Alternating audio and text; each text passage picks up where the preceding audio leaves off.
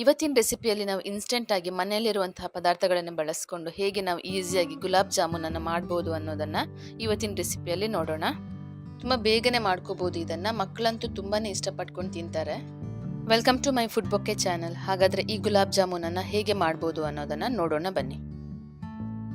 ಮೊದಲಿಗೆ ಒಂದು ಬೌಲಿಗೆ ನಾನಿಲ್ಲಿ 3/4 ಕಪ್ ಅಷ್ಟು ಹಾಲಿನ ಪುಡಿಯನ್ನ ಹಾಕೋತಾ ಇದ್ದೀನಿ. ಮಿಲ್ಕ್ ಪೌಡರ್ ಅನ್ನ ಹಾಕೋತಾ ಇದ್ದೀನಿ. ಇದಕ್ಕೆ 1 ಸ್ಪೂನ್ ಆಗುವಷ್ಟು ಮೈದಾ ಹಿಟ್ಟನ್ನು ಸೇರಿಸ್ಕೊತಾ ಇದ್ದೀನಿ. ಇದೇ ಟೈಮಲ್ಲಿ ನೀವು 1/4 ಸ್ಪೂನ್ ಆಗುವಷ್ಟು ಅಡಿಗೆ ಸೋಡನ್ನ ಸೇರಿಸ್ಕೋಬೇಕು. ನನ್ನ ಈ ವಿಡಿಯೋದಲ್ಲಿ ಸ್ಕಿಪ್ ಆಗಿದೆ, ನೀವು ಮಾಡುವಾಗ ಸೇರಿಸ್ಕೊಳ್ಳಿ. ಹಾಗೆ ಇವಾಗ ನಾವು ಹಾಲು ಹಾಕ್ಕೊಂಡು ಸ್ವಲ್ಪನೇ ಹಾಲು ಹಾಕ್ಕೊಂಡು ಇದನ್ನು ಕಲಿಸ್ಕೋಬೇಕು. ಇದಕ್ಕೆ ಚೂರೇ ಹಾಲು ಹಾಕ್ಕೊಂಡು ಕಲಿಸ್ಕೊತಾ ಬರಬೇಕು. ನಾವು ಗುಲಾಬ್ ಜಾಮೂನ್ ಹಿಟ್ಟನ್ನು ಯಾವ ಹದಕ್ಕೆ ಕಲಿಸ್ಕೋತೀವೋ ಆ ಹದಕ್ಕೆ ಕಲಿಸ್ಕೊಂಡ್ರಾಯ್ತು. ಇವಾಗ ಇದನ್ನು ಸ್ವಲ್ಪ ಹೊತ್ತು ಬಿಡಬೇಕು. ಒಂದು ಅರ್ಧ ಗಂಟೆ ಆದರೂ ಇದನ್ನು ನೆನೆಯೋದಕ್ಕೆ ಬಿಡಬೇಕು. ಇವಾಗ ನೋಡಿ ಅರ್ಧ ಗಂಟೆ ಆಗಿದೆ.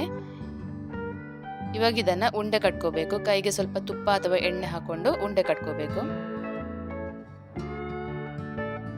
ಒಂದು ಮೀಡಿಯಂ ಗಾತ್ರದ ಉಂಡೆಗಳನ್ನಾಗಿ ಮಾಡ್ಕೋಬೇಕು. ನೋಡಿ ಈ ಥರ ಇಷ್ಟಾದರೆ ಸಾಕು. ಎಲ್ಲ ಉಂಡೆಗಳನ್ನು ಅದೇ ಥರ ಕಟ್ಕೋಬೇಕು.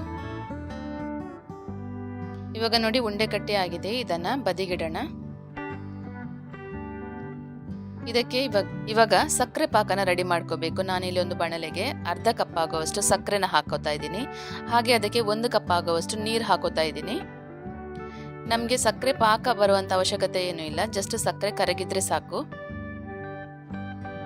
ಇವಾಗ ನೋಡಿ ಇದು ಸಕ್ಕರೆ ಪಾಕ ಕುದೀತಾ ಇದೆ. ಇವಾಗ ಇದಕ್ಕೆ ನಾನು ಏಲಕ್ಕಿನ ಹಾಕೋತಾ ಇದ್ದೀನಿ. ಇದನ್ನ ಇವಾಗ ಬದಿಗಿಟ್ಕೊಳ್ಳೋಣ. ಇವಾಗ ನಾವು ರೆಡಿ ಮಾಡಿ ಇಟ್ಕೊಂಡಂತಹ ಉಂಡೆಗಳನ್ನು ಫ್ರೈ ಮಾಡ್ಕೋಬೇಕು. ನಾನಿಲ್ಲಿ ಬಾಣಲೆಗೆ ಸ್ವಲ್ಪ ಎಣ್ಣೆ ಹಾಕೋತಾ ಇದ್ದೀನಿ. ಅದಕ್ಕೆ 1 ಸ್ಪೂನ್ ಅಷ್ಟು ತುಪ್ಪ ಹಾಕೊಂಡಿದ್ದೀನಿ. ಇವಾಗ ರೆಡಿ ಮಾಡಿ ಇಟ್ಕೊಂಡಂತಹ ಉಂಡೆಗಳನ್ನು ಒಂದೊಂದಾಗಿ ಎಣ್ಣೆಯಲ್ಲಿ ಹಾಕೋಬೇಕು. ಇದನ್ನು ಮೀಡಿಯಂ ಉರಿಯಲ್ಲಿ ಫ್ರೈ ಮಾಡ್ಕೋಬೇಕು.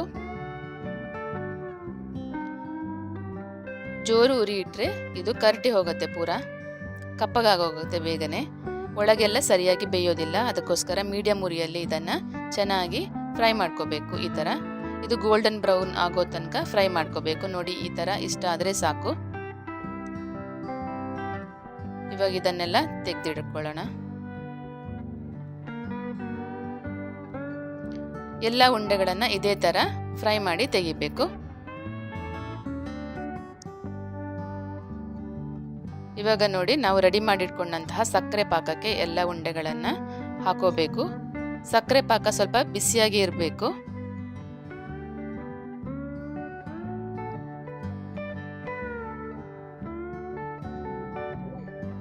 ಎಲ್ಲ ಉಂಡೆಗಳನ್ನು ಇದರಲ್ಲಿ ಹಾಕೊಂಡಾಗಿದೆ ನೋಡಿ. ಇದನ್ನು ಇವಾಗ ಮುಚ್ಚಿಡಬೇಕು ಸ್ವಲ್ಪ ಹೊತ್ತು. ಉಂಡೆ ಎಲ್ಲ ಸಕ್ಕರೆ ಪಾಕನ ಹೀರ್ಕೊಳ್ಳುತ್ತೆ. ಇವಾಗ ನೋಡಿ ಗುಲಾಬ್ ಜಾಮೂನ್ ರೆಡಿ ಆಗಿದೆ. ನೋಡೋಕೆ ಎಷ್ಟು ಚೆನ್ನಾಗಿ ಕಾಣಿಸ್ತಾ ಇದೆ ಅಲ್ಲ. ರುಚಿನೂ ಕೂಡ ಅಷ್ಟೇ ಚೆನ್ನಾಗಿರುತ್ತೆ. ನೀವು ಒಂದ್ಸಲ ಮನೆಯಲ್ಲಿ ಟ್ರೈ ಮಾಡಿ ನೋಡಿ, ಚೆನ್ನಾಗಿ ಬರುತ್ತೆ.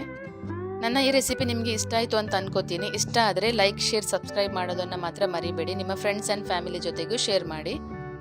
ಹಾಗೆ ನನ್ನ ಚಾನಲನ್ನು ಇದೇ ಮೊದಲು ನೋಡ್ತಾ ಇರೋದಾದರೆ ದಯವಿಟ್ಟು ಸಬ್ಸ್ಕ್ರೈಬ್ ಮಾಡಿಕೊಂಡು ನೋಡಿ. ನಾನು ಹಾಕುವಂಥ ಎಲ್ಲ ರೆಸಿಪಿಗಳನ್ನು ನೀವು ನೋಡ್ಬೋದು. ಹಾಗಾದರೆ ಮತ್ತೊಂದು ಹೊಸ ರೆಸಿಪಿಯೊಂದಿಗೆ ಮತ್ತೆ ಬರ್ತೀನಿ. Thank you for watching.